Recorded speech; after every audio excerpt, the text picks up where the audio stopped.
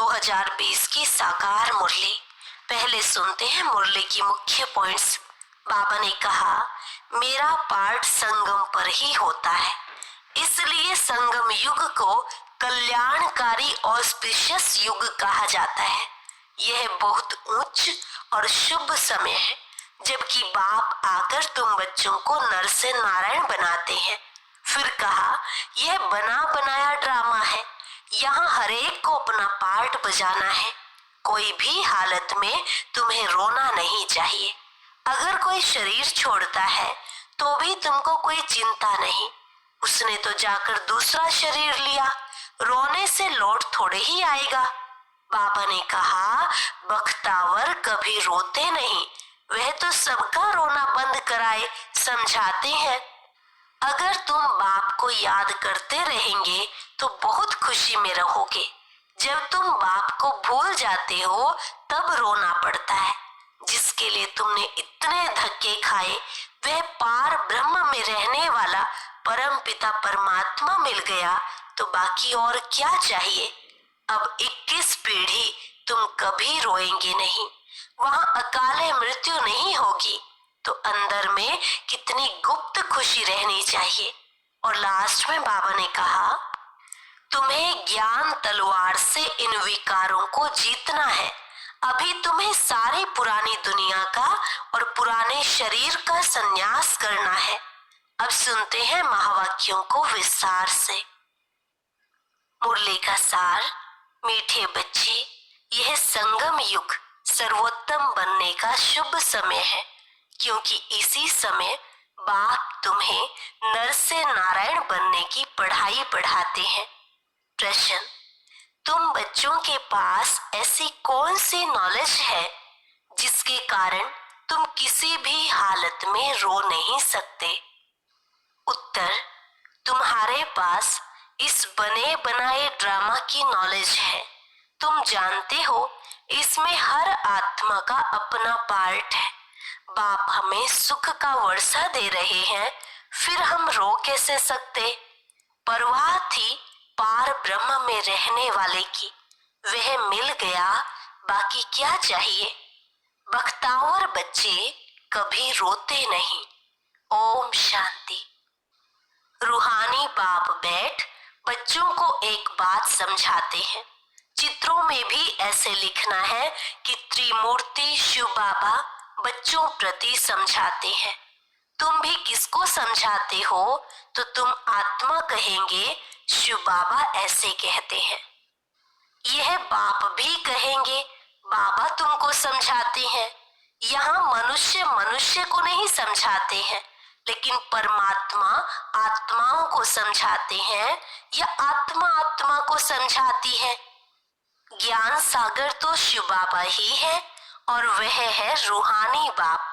इस समय रूहानी बच्चों को रूहानी बाप से वर्षा मिलता है। जिस्मानी अहंकार यहाँ छोड़ना पड़ता है। इस समय तुमको देही अभिमानी बन बाप को याद करना है। कर्म भी भले करो, धंधा धोरी आदि भले चलाते रहो, बाकी जितना समय मिले अपने को आत्मा समझ बाप को याद करेंगे तो विकर्म विनाश होंगे। तुम जानते हो शिव बाबा इसमें आया हुआ है, वह सत्य है, चैतन्य है, सत्य चित आनंद स्वरूप कहते हैं। ब्रह्मा विष्णु शंकर अथवा कोई भी मनुष्य मात्र की यह महिमा नहीं है। उच्च ते उच्च भगवान एक ही है, वह है सुप्रीम सोल। यह ज्ञान भी तुमको सिर्फ इस समय मिलता है, फिर कभी मिलना नहीं है। हर 5000 वर्ष बाद बाप आते हैं तुमको आत्म अभिमानी बनाए बाप को याद कराने, जिससे तुम तमो प्रधान से सतो प्रधान बनते हो। और कोई उपाय नहीं। भल मनुष्य पुकारते भी हैं, हे पतित पावन आओ, परंतु अर्थ नहीं समझते। पतित पावन सीताराम कहें तो भी ठीक है। तुम सब सीताएं अथवा भक्तियां हो, वह है एक राम भगवान। तुम भक्तों को फल चाहिए भगवान द्वारा, मुक्ति व जीवन मुक्ति, यह है फल। मुक्ति जीवन मुक्ति का दाता वह एक ही बाप है। ड्रामा में ऊंच ते ऊंच पार्ट वाले भी होते हैं तो नीचे पार्ट वाले भी होते हैं। यह बेहद का ड्रामा है, इसको और कोई समझ ना सके। तुम इस समय तमो प्रधान कनिष्ठ से सतो प्रधान पुरुषोत्तम बन रहे हो। सतो प्रधान को ही सर्वोत्तम कहा जाता है। इस समय तुम सर्वोत्तम नहीं हो, बाप तुमको सर्वोत्तम बनाते हैं। यह ड्रामा का चक्र कैसे फिरता रहता है इसको कोई भी नहीं जानते। कलयुग, संगम युग, फिर होता है सतयुग। पुरानी को नई कौन बनाएंगे? बाप बिगर कोई बना न सके। बाप ही संगम पर आकर पढ़ाते हैं। बाप न सतयुग में आते हैं न कलयुग में आते हैं। बाप कहते हैं मेरा पार्ट ही संगम पर है, इसलिए संगम युग कल्याणकारी युग कहा जाता है। यह है ऑस्पिशियस, बहुत उच्च शुभ समय संगम युग, जबकि बाप आकर तुम बच्चों को नर से नारायण बनाते हैं। मनुष्य तो मनुष्य ही है, परंतु दैवी गुण वाले बन जाते हैं। उनको कहा जाता है आदि सनातन देवी देवता धर्म। बाप कहते हैं मैं यह धर्म स्थापन करता हूँ, इसके लिए पवित्र जरूर बनना पड़ेगा। पतित पावन एक ही बाप है, बाकी सब है ब्राइड्स, भक्तियां।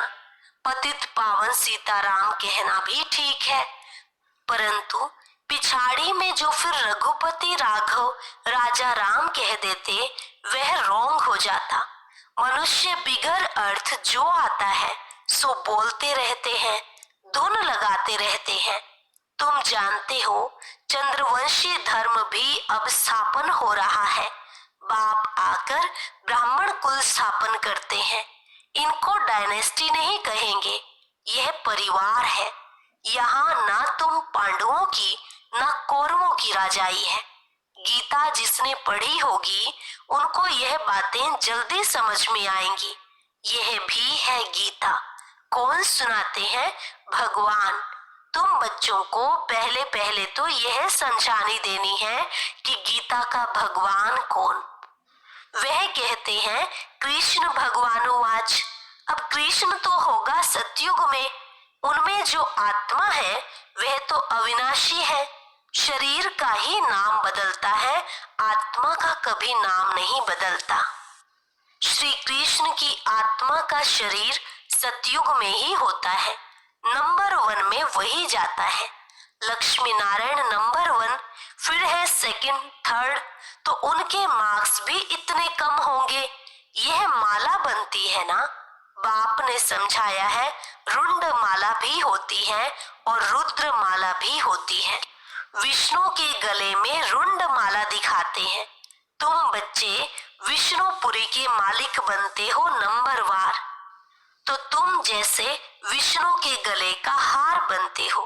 पहले पहले शिव के गले का हार बनते हो, उनको रुद्र माला कहा जाता है।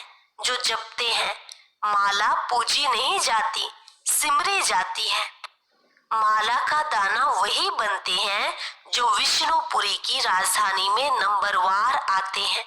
माला में सबसे पहले होता है फूल, फिर युगल दाना।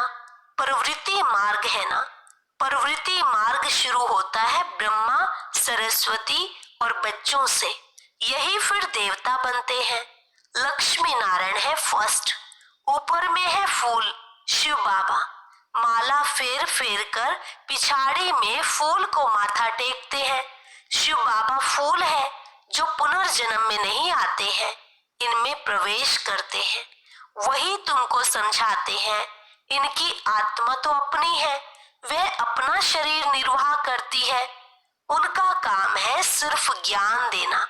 जैसे कोई की स्त्री व बाप आदि मरता है तो उनकी आत्मा को ब्राह्मण के तन में बुलाते हैं। आगे आती थी, अब वह कोई शरीर छोड़कर तो नहीं आती। यह ड्रामा में पहले से ही नोंद है। यह सब है भक्ति मार्ग। वह आत्मा तो गई, जाकर दूसरा शरीर लिया। तुम बच्चों को अभी यह सारा ज्ञान मिल रहा है, इसलिए कोई मरता है तो भी तुमको कोई चिंता नहीं। अम्मा मरे तो भी हलवा खाना। शांता बहन का मिसाल है। बच्ची ने जाकर उन्हों को समझाया कि तुम रोते क्यों हो। उसने तो जाकर दूसरा शरीर लिया। रोने से लौट थोड़े ही आएगी। बख्तावर थोड़े ही रोते हैं। तो वह सबका रोना बंद कराए समझाने लगी।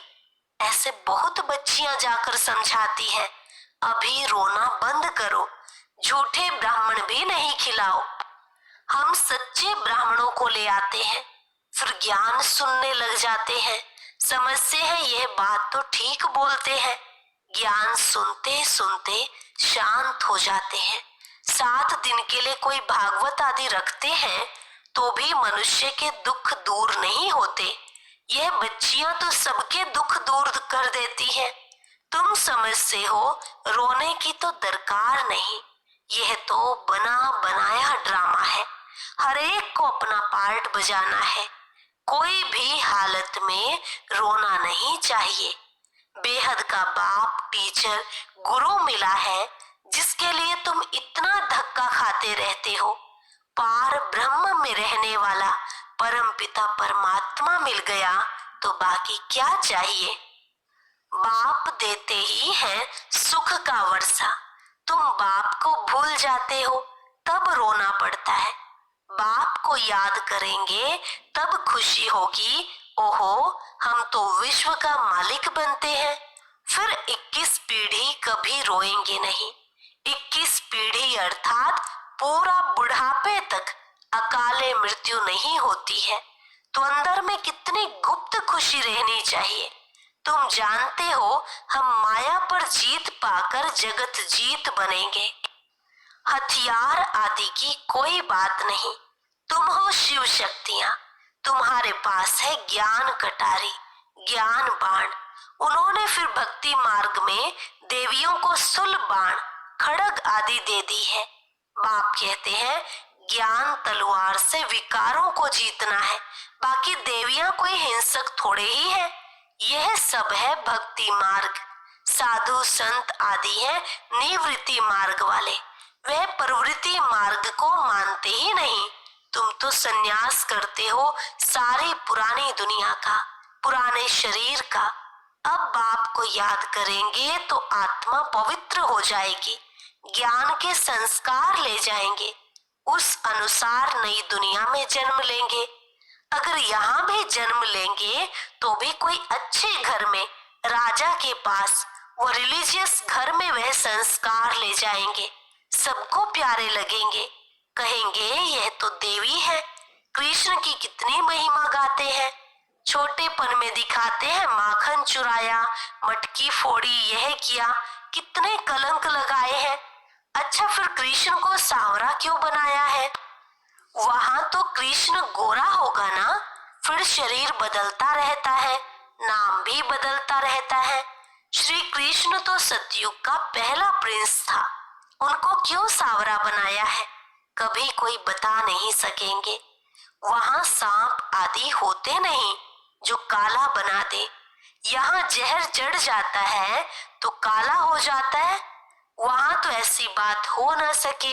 तुम अब दैवी संप्रदाय बनने वाले हो। इस ब्राह्मण संप्रदाय का किसको भी पता नहीं है। पहले पहले बाप ब्रह्मा द्वारा ब्राह्मणों को अडॉप्ट करते हैं। प्रजापिता है तो उनकी प्रजा भी ढेर की ढेर है। ब्रह्मा की बेटी सरस्वती कहते हैं, स्त्री तो है नहीं। यह किसको भी पता नहीं है। प्रजापिता ब्रह्मा के तो है ही मुख्य वंशावली। स्त्री की बात ही नहीं। इनमें बाप प्रवेश कर कहते हैं तुम हमारे बच्चे हो। मैंने इनका नाम ब्रह्मा रखा है। जो भी बच्चे बने सबके नाम बदली किए हैं। तुम बच्चे अभी माया पर जीत पाते हो। इसको कहा ही जाता है हार और जीत का खेल। बाप कितना सस्ता सौदा कराते हैं, फिर भी माया हरा देती है तो भाग जाते हैं। 5 विकारों रूपी माया हराती है। जिनमें 5 विकार हैं उनको ही आसुरी संप्रदाय कहा जाता है। मंदिर में देवियों के आगे भी जाकर महिमा गाते हैं। आप सर्व गुण संपन्न, 16 कला संपूर्ण। बाप तुम बच्चों को समझाते हैं, तुम ही पूज्य देवता थे, फिर 63 जन्म पुजारी बने, अब फिर पूज्य बनते हो। बाप पूज्य बनाते हैं, रावण पुजारी बनाते हैं। यह बातें कोई शास्त्रों में नहीं है। बाप कोई शास्त्र थोड़े ही पढ़ा हुआ है, वह तो है ही ज्ञान का सागर। वर्ल्ड ऑल माइटी अथॉरिटी है। ऑल माइटी यानी सर्वशक्तिमान। बाप कहते हैं सभी वेदों, शास्त्रों आदि को जानता हूँ। यह सब है भक्ति मार्ग की सामग्री। मैं इन सब बातों को जानता हूँ। द्वापर से ही तुम पुजारी बनते हो। सतयुग त्रेता में तो पूजा होती नहीं, वह है पूज्य घराना, फिर होता है पुजारी घराना। इस समय सब पुजारी हैं। यह बातें कोई को मालूम नहीं है। बाप ही आकर 84 जन्मों की कहानी बताते हैं। पूज्य पुजारी, यह तुम्हारे ऊपर ही सारा खेल रहता है। हिंदू धर्म कह देते हैं, वास्तव में तो भारत में आदि सनातन देवी देवता धर्म था, ना कि हिंदू। कितनी बातें समझानी पड़ती है। यह पढ़ाई है भी सेकंड की, फिर भी कितना समय लग जाता है। कहते हैं सागर को शाही बनाओ, सारा जंगल कलम बनाओ, तो भी पूरा हो न सके। अंत तक तुमको ज्ञान सुनाता रहूंगा। तुम इनका किताब कितना बनाएंगे। शुरू में भी बाबा सवेरे सवेरे उठकर लिखते थे, फिर मम्मा सुनाती थी। तब से लेकर छपता ही आता है। कितने कागज खलास हुए होंगे। गीता तो एक ही इतनी छोटी है, गीता का लॉकेट भी बनाते हैं। गीता का बहुत प्रभाव है, परंतु गीता ज्ञानदाता को भूल गए हैं। अच्छा, मीठे मीठे सिक्के लधे बच्चों प्रति मात पिता बाप दादा का याद प्यार और गुड मॉर्निंग। रूहानी बाप की रूहानी बच्चों को नमस्ते। रूहानी बच्चों की रूहानी बाप दादा को नमस्ते नमस्ते, गुड मॉर्निंग। धारणा के लिए मुख्य सार। पहली पॉइंट, ज्ञान तलवार से विकारों को जीतना है। ज्ञान के संस्कार भरने हैं। पुरानी दुनिया और पुराने शरीर का संन्यास करना है। दूसरे पॉइंट, भाग्यवान बनने की खुशी में रहना है। किसी भी बात की चिंता नहीं करनी है। कोई शरीर छोड़ देता है तो भी दुख के आंसू नहीं बहाने हैं। वरदान, ताज और तख्त को सदा कायम रखने वाले निरंतर स्वतः योगी भव। ताज और तख्त को सदा कायम रखने वाले निरंतर स्वतः योगी भव। वर्तमान समय बाप द्वारा सभी बच्चों को ताज और तख्त मिलता है। अभी का यह ताज व तख्त अनेक जन्मों के लिए ताज तख्त प्राप्त कराता है। विश्व कल्याण की जिम्मेवारी का ताज और बाप दादा का दिल तख्त सदा कायम रहे तो निरंतर स्वतः योगी बन जाएंगे। उन्हें किसी भी प्रकार की मेहनत करने की बात नहीं, क्योंकि एक तो संबंध समीप का है, दूसरा प्राप्ति अखुट है। जहाँ प्राप्ति होती है वहाँ स्वतः याद होती है। स्लोगन, प्लेन बुद्धि से प्लान को प्रैक्टिकल में लाओ तो सफलता समाई हुई है। प्लेन बुद्धि से प्लान को प्रैक्टिकल